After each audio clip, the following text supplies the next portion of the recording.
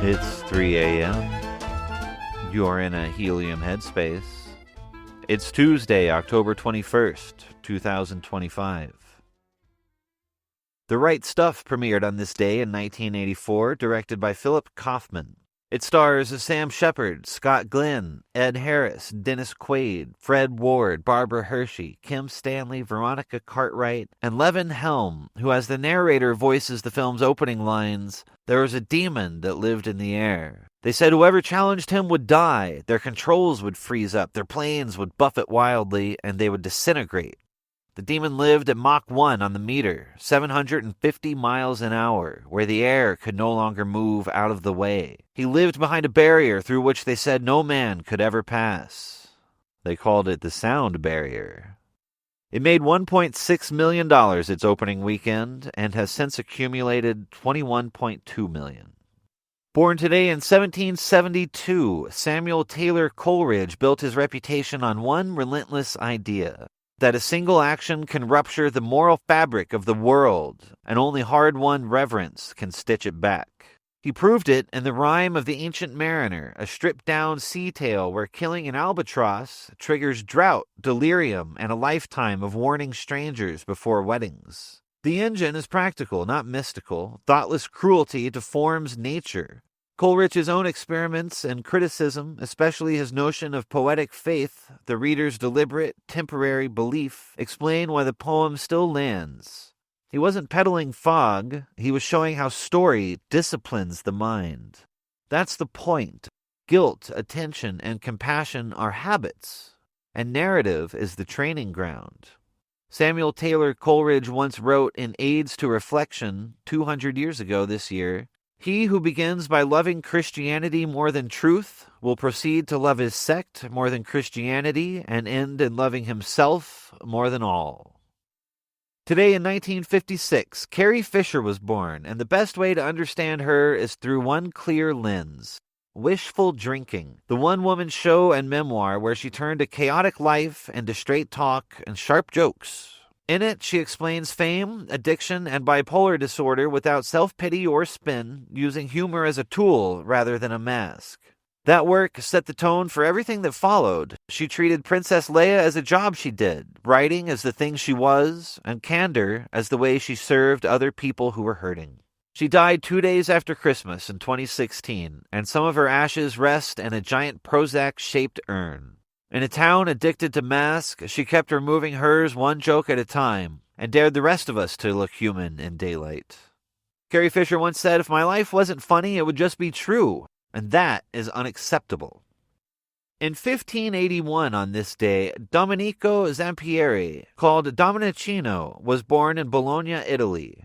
His reputation rests on a single argued-over masterpiece, The Last Communion of St. Jerome, painted from 1611 to 1614. In Rome, he set out to make a clear, solemn narrative of a dying saint receiving the Eucharist, building the scene from studied gesture and calm geometry rather than theatrical shock. The picture ignited a very public fight about imitation when rivals said he had lifted the idea from Agostino Carracci's earlier altarpiece. Defenders said he transformed his source through stricter drawing and more focused expression. The canvas became a touchstone for how to imitate the best without merely copying, and for Domenichino's core belief that drawing gives a painting its life. Domenichino once said, "I work for myself alone and for the perfection of art."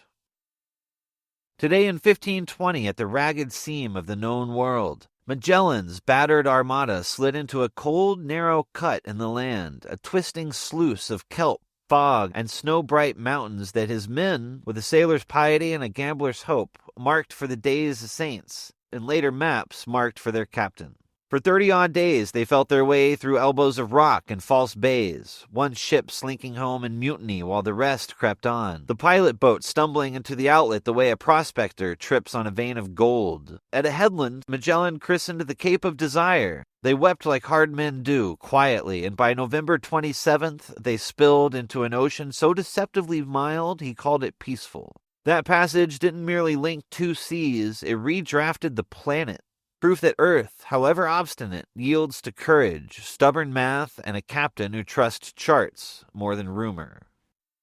Today marks the birth, in 1934, of Mercy Amba Oduyoye, the Ghanaian Methodist theologian whose central project, most clearly presented in Daughters of Anoa, was to expose how both African cultures and imported church structures have reinforced patriarchy and to center African women's voices in theology. The book's argument fueled her institution building. She convened the Circle of Concerned African Women Theologians in 1989 to create space for research, publication, and leadership by African women across traditions. Her through line is simple and firm. The Church's integrity depends on justice for women and a communal ethic of hospitality that protects the dignity of every person. In her book, What Does God Ask of Us?, she wrote, "We have not gone too far to turn back." Today in 1965, Volker Halbach was born. He is a German logician at the University of Oxford whose core project is to make truth a mathematically disciplined notion by studying axiomatic theories of truth, formal systems that add a truth predicate via carefully chosen axioms to avoid paradox while preserving deductive strength. He used his book Axiomatic Theories of Truth and related papers to compare two ways of defining true in logic and how to measure how powerful those definitions are. He also authored The Logic Manual, a widely assigned introduction to logic. Volker Halbach once said in an interview, "Truth is taken to be a primitive notion." Today's poem was composed 200 years ago this year and is by Samuel Taylor Coleridge. It's titled Work Without Hope. All nature seems at work. Slugs leave their lair, the bees are stirring, birds are on the wing, and winter slumbering in the open air wears on his smiling face a dream of spring. And I, the while, the sole unbusy thing, nor honey make, nor pair, nor build, nor sing. Yet well I ken the banks where amaranths blow, have traced the fount whence streams of nectar flow. Bloom, O ye amaranths, bloom for whom ye may, for me ye bloom not. Glide, rich streams, away.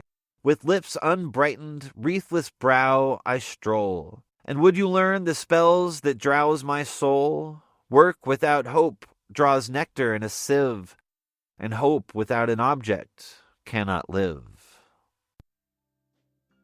And those are some of the things we humans have done over the years.